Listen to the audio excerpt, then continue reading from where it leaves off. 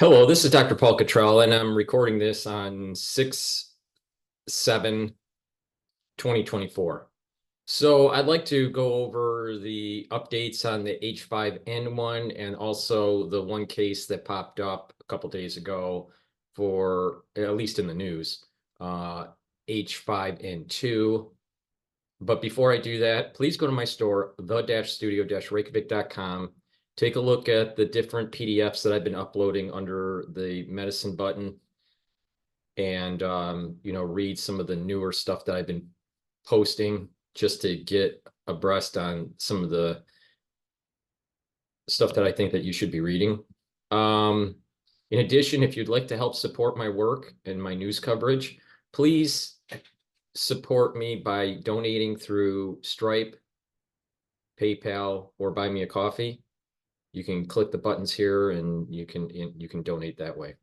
In addition, I have a store and have many different products. I have ebooks, stuff about finance, some of the stuff about artificial intelligence, the genomic revolution that I wrote a few years back, endocrinology that I published a few years back.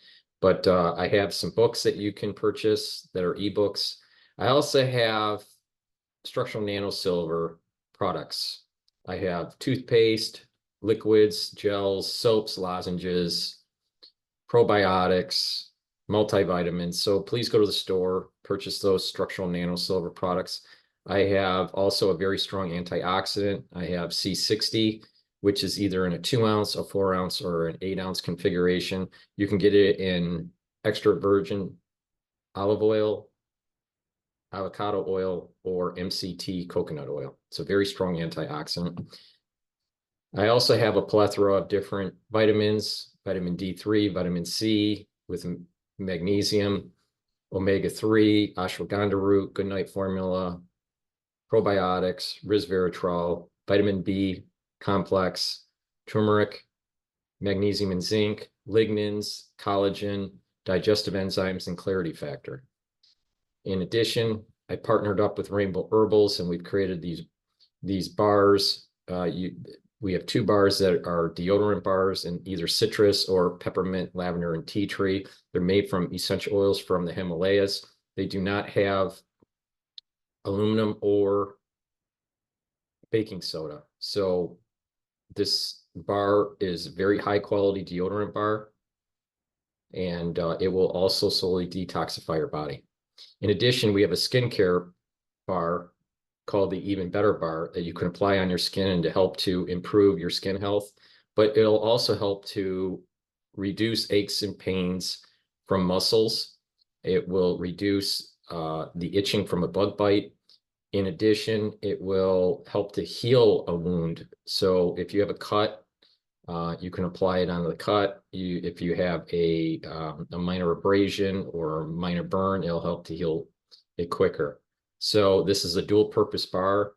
All 3 of these are dual purpose bars, but you can use this Even Better bar as a everyday skincare. Just apply it on your skin every day and you'll notice that the skin health is improved.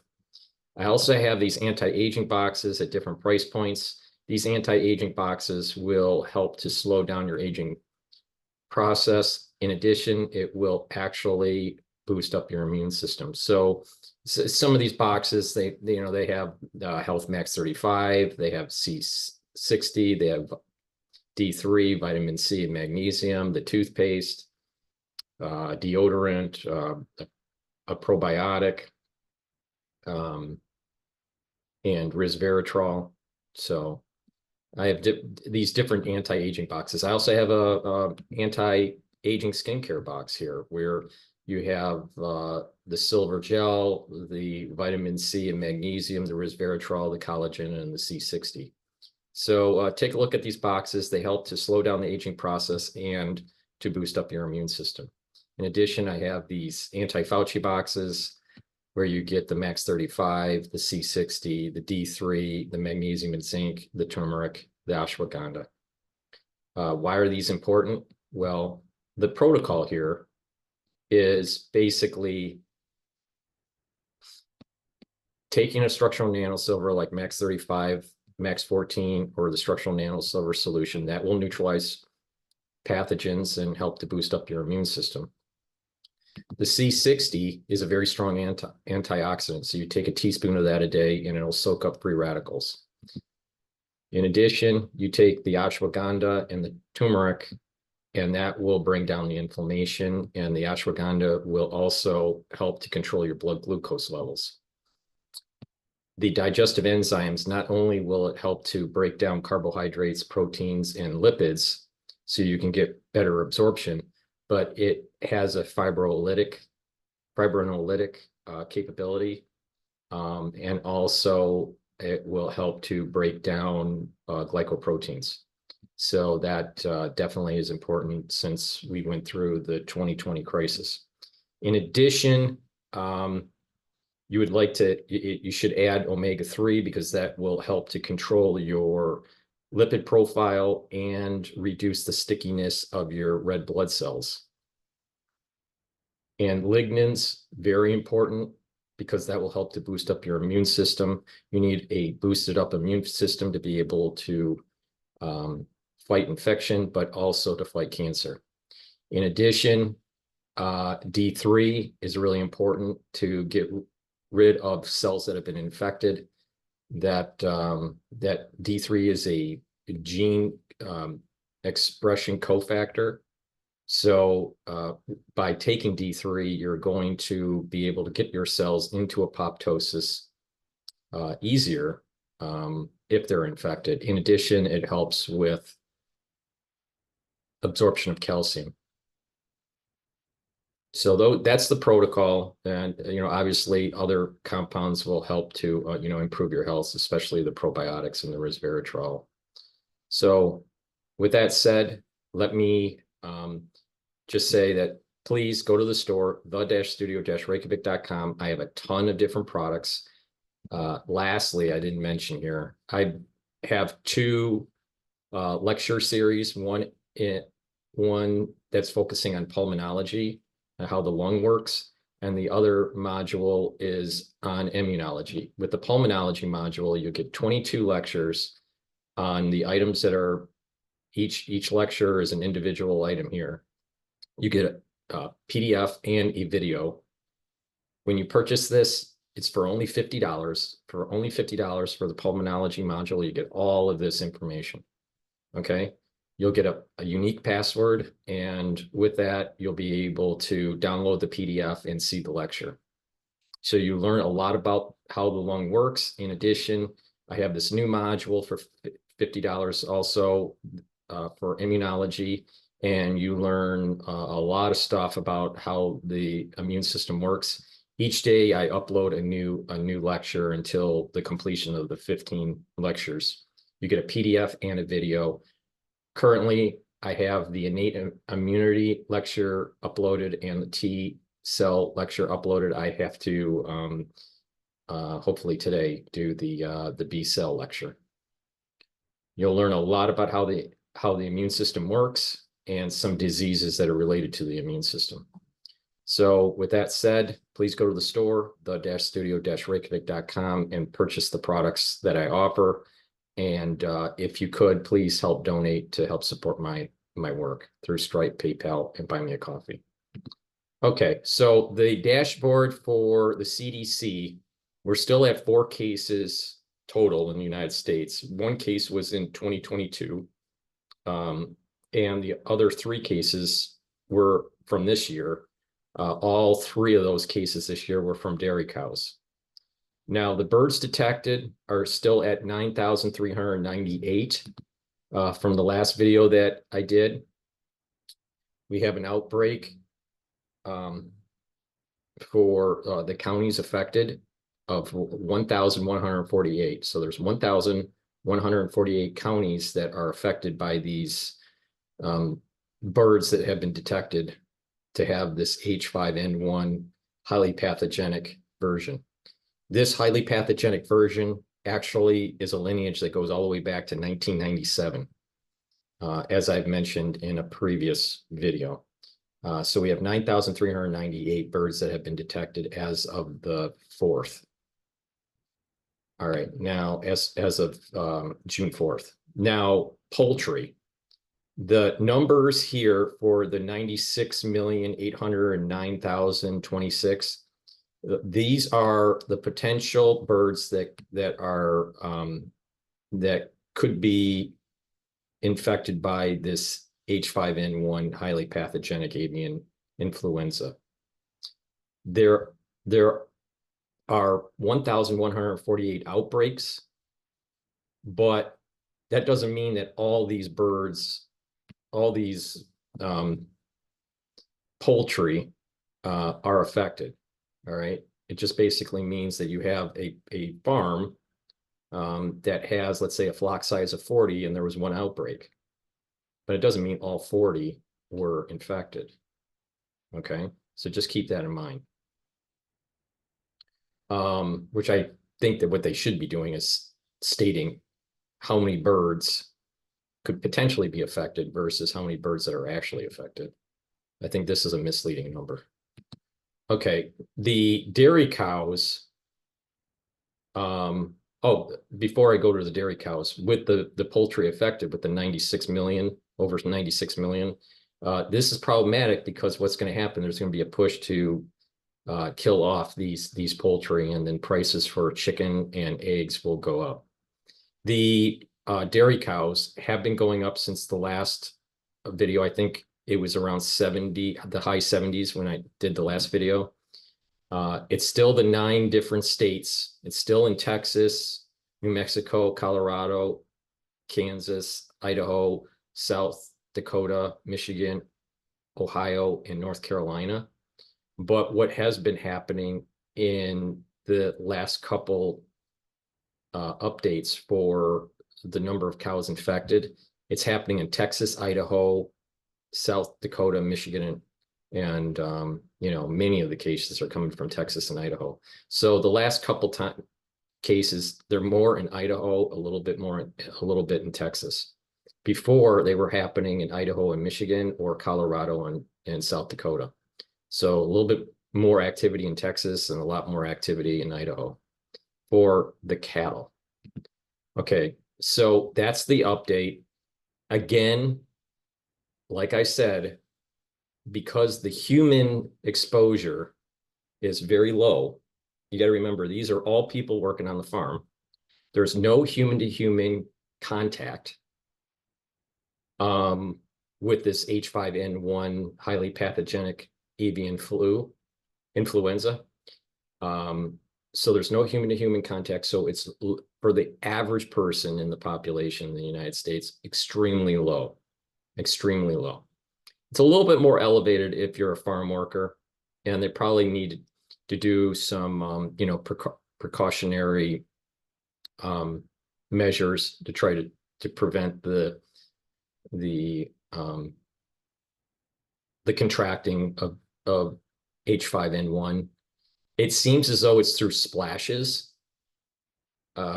because majority of all 3 of these cases had conjunctivitis. There was one case where it actually had some coughing.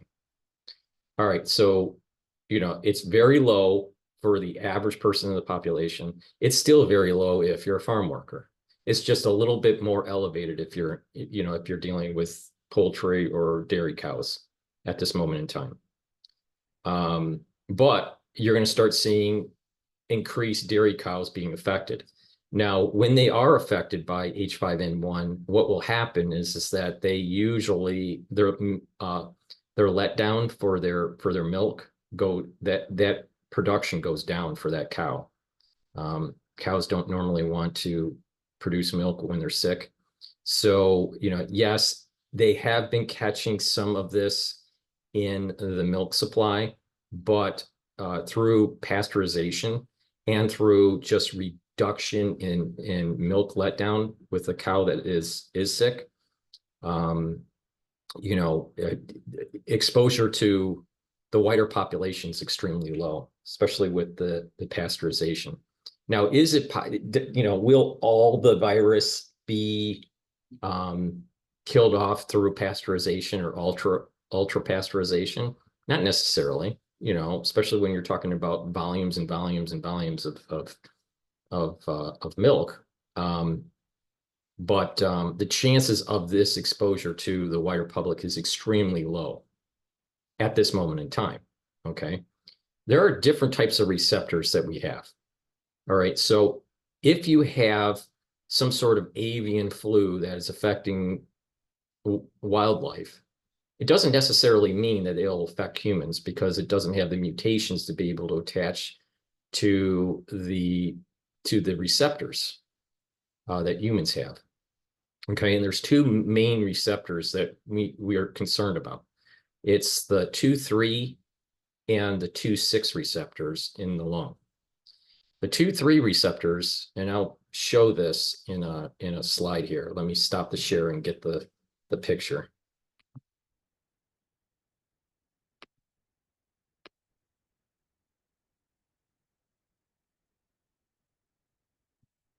Let's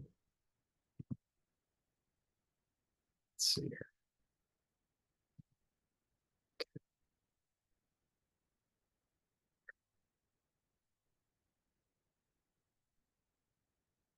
Here. Okay.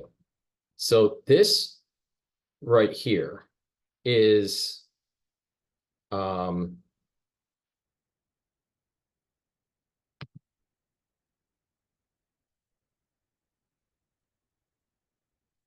this right here is a graph to show what I mean.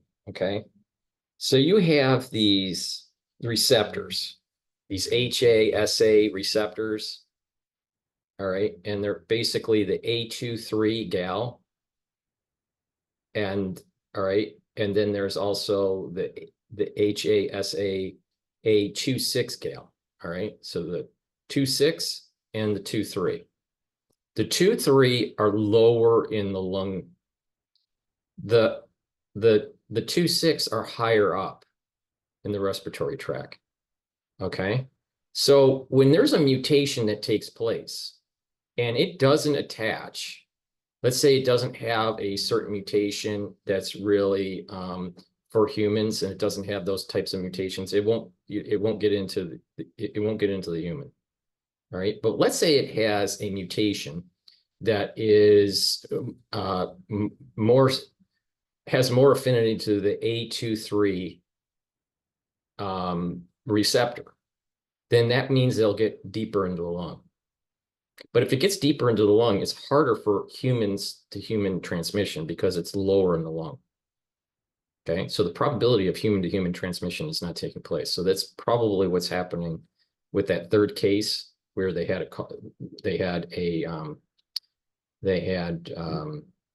cough, not just the conjunctivitis. It's possible that the other two cases this year had some viral load in their lung, but didn't exhibit some sort of coughing. But let's just assume that those first two cases this year didn't have any virus in their lung system because they weren't coughing. But that third case this year, recently in Michigan, did start coughing and had the conjunctivitis.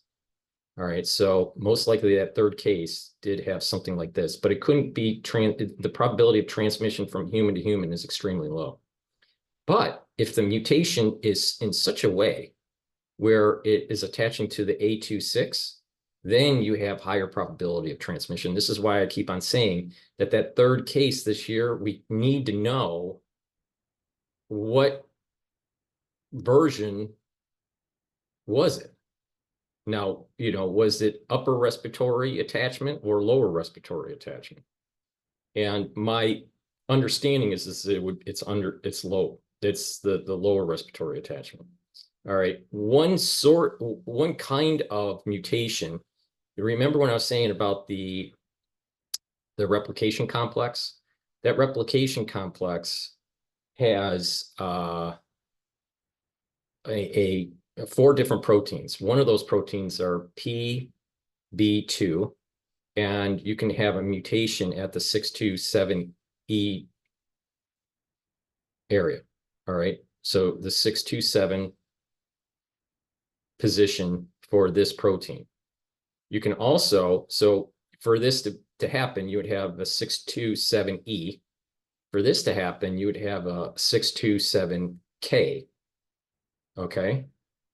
So, depending on what's going on, then depends on what kind of receptor it's going to attach. So this graph here is really important. So if you're at home and you want to do your own kind of research, just make sure that you write down that there's an A23 receptor and an A26 receptor. And there's this protein, the PB2, all right, that is part of the replication complex that is associated with this kind of presentation. My understanding is everything is just with the A23. But if it gets to the A26 and the A23, because both of them can happen, what will happen is that you will have now more presentation of influenza with the A26 in the human and human-to-human transmission. So right now, it just looks like we're dealing with an A23 situation, but that mutation could take place, right? Not just with the protein receptors for HA and the NA, but also with the replication complex. All right.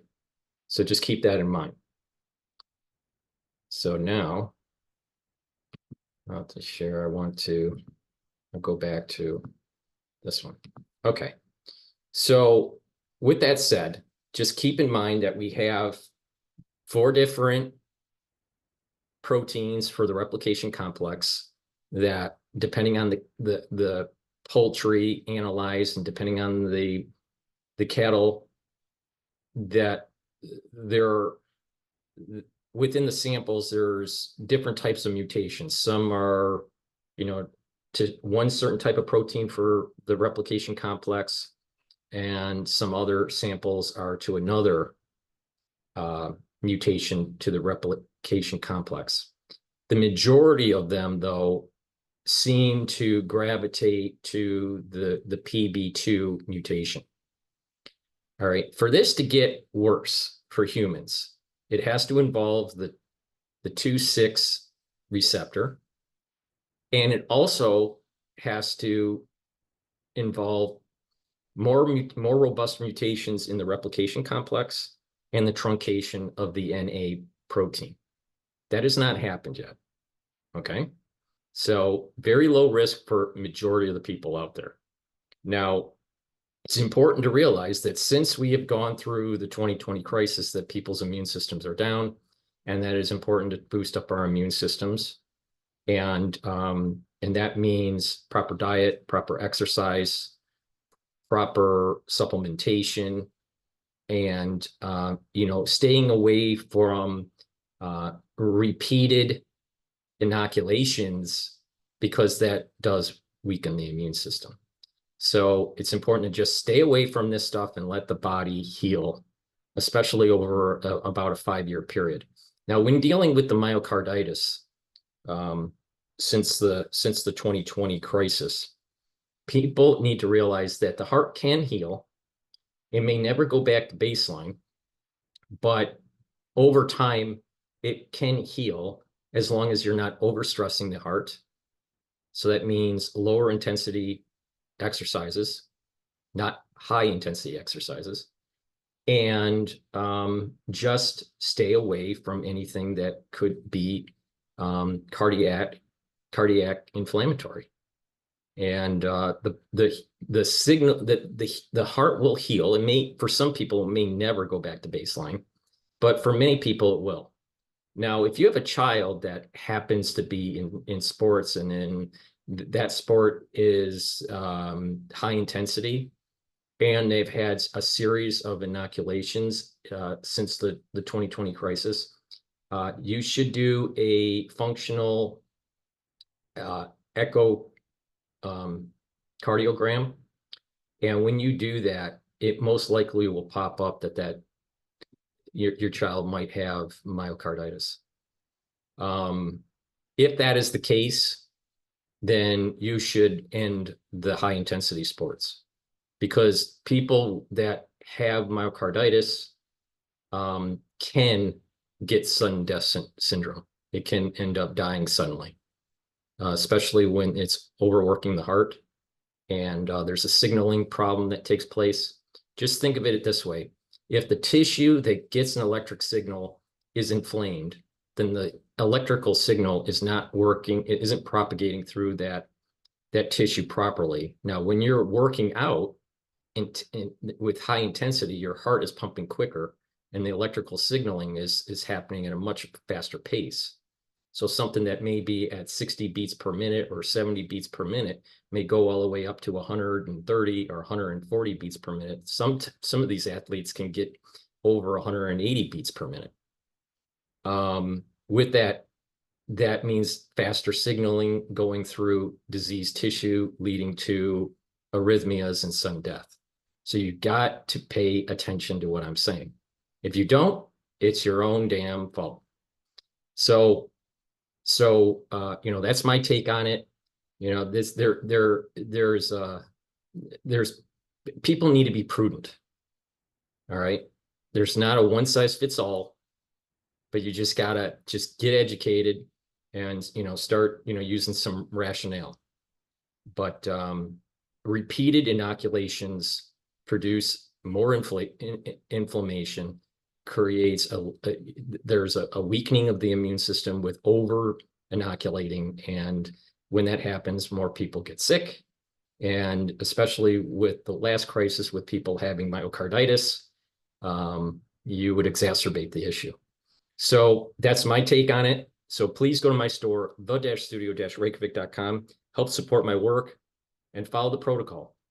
What is the protocol? The protocol is this: max 35, take a teaspoon of it a day, or the max 14 or the silver solution. If you're not feeling well, take a tablespoon or two a day. Take the C60, take a teaspoon of it a day. Take the turmeric and ashwagandha, brings down inflammation and controls blood glucose levels.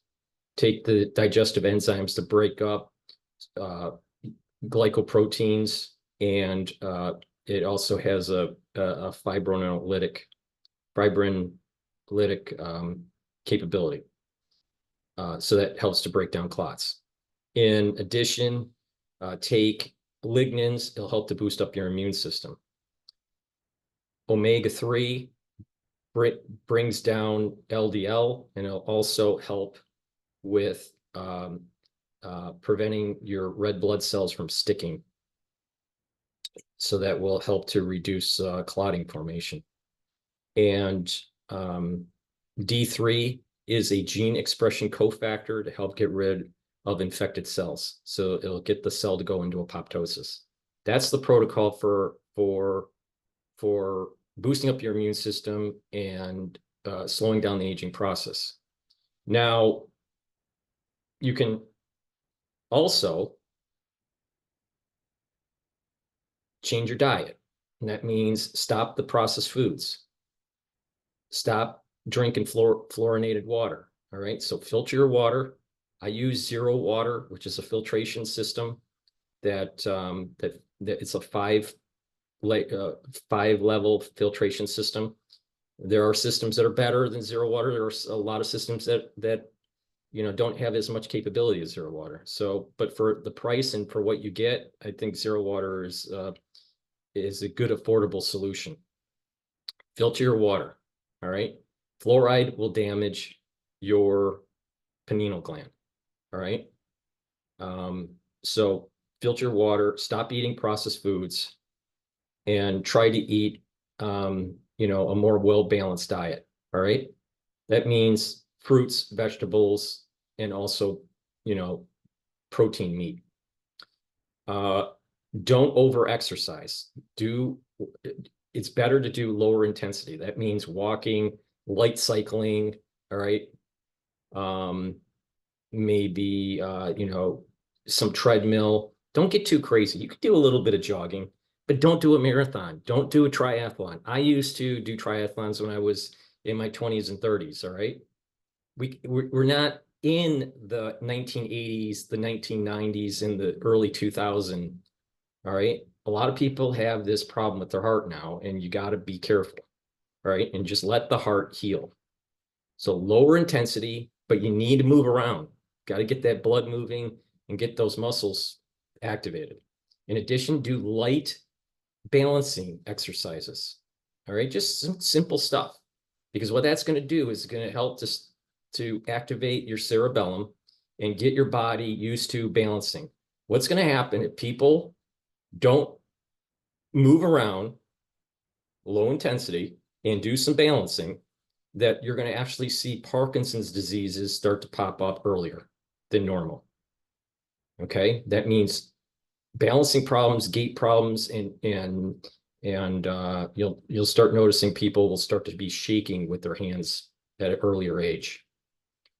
In addition, also do a little bit of stretching exercises. You don't have to be a yoga master, but just doing a little bit of stretching exercises activates those nerves that are connected to your muscles and your tendons, and just getting those kind of activated, you'll start to actually notice that you have more flexibility and you actually are a little bit more vibrant, right? Chances of pulling a muscle if you're older reduces. But it's just simple exercises, simple balancing, and low intensity, especially just walking. And then challenging your brain. That means reading, writing, and stop the bullshit on the social media, because social media is making people stupid. If you stop that and read and talk to people and write, you'll actually improve your intelligence. So that's an anti-aging protocol that's holistic, that also will help to boost up your immune system. Why doing exercises boosts up your immune system? Well, if you just sit there and just eat potato chips on the couch watching Netflix, obviously you're going to gain weight and your immune system is going to start to go down. All right. By moving around and getting your blood activated, right, and you're starting to have a positive outlook on life, your immune system will actually be better functioning. So, there's a holistic approach here that makes a lot of sense. So please follow what I'm saying and you'll be okay. Thank you for listening. Thank you for supporting my work. Please make sure you subscribe to all my channels. I have 4 channels on YouTube. Links are in the description of this video. I have Rumble, Bitchute, and Brighteon. Please subscribe there. If you would like, please help support my work by being a paid member on my Patreon channel. Link is in the description of this video. And that way you can be a higher tiered member, like a tier 2, 3, or 4, and you will get limited access to some of my lectures on immunology and pulmonology, in addition to the other videos that I post on Patreon. So that way you can help support my work and I continue informing the public to the best of my ability. Thank you for your support. I appreciate it, and have a nice day.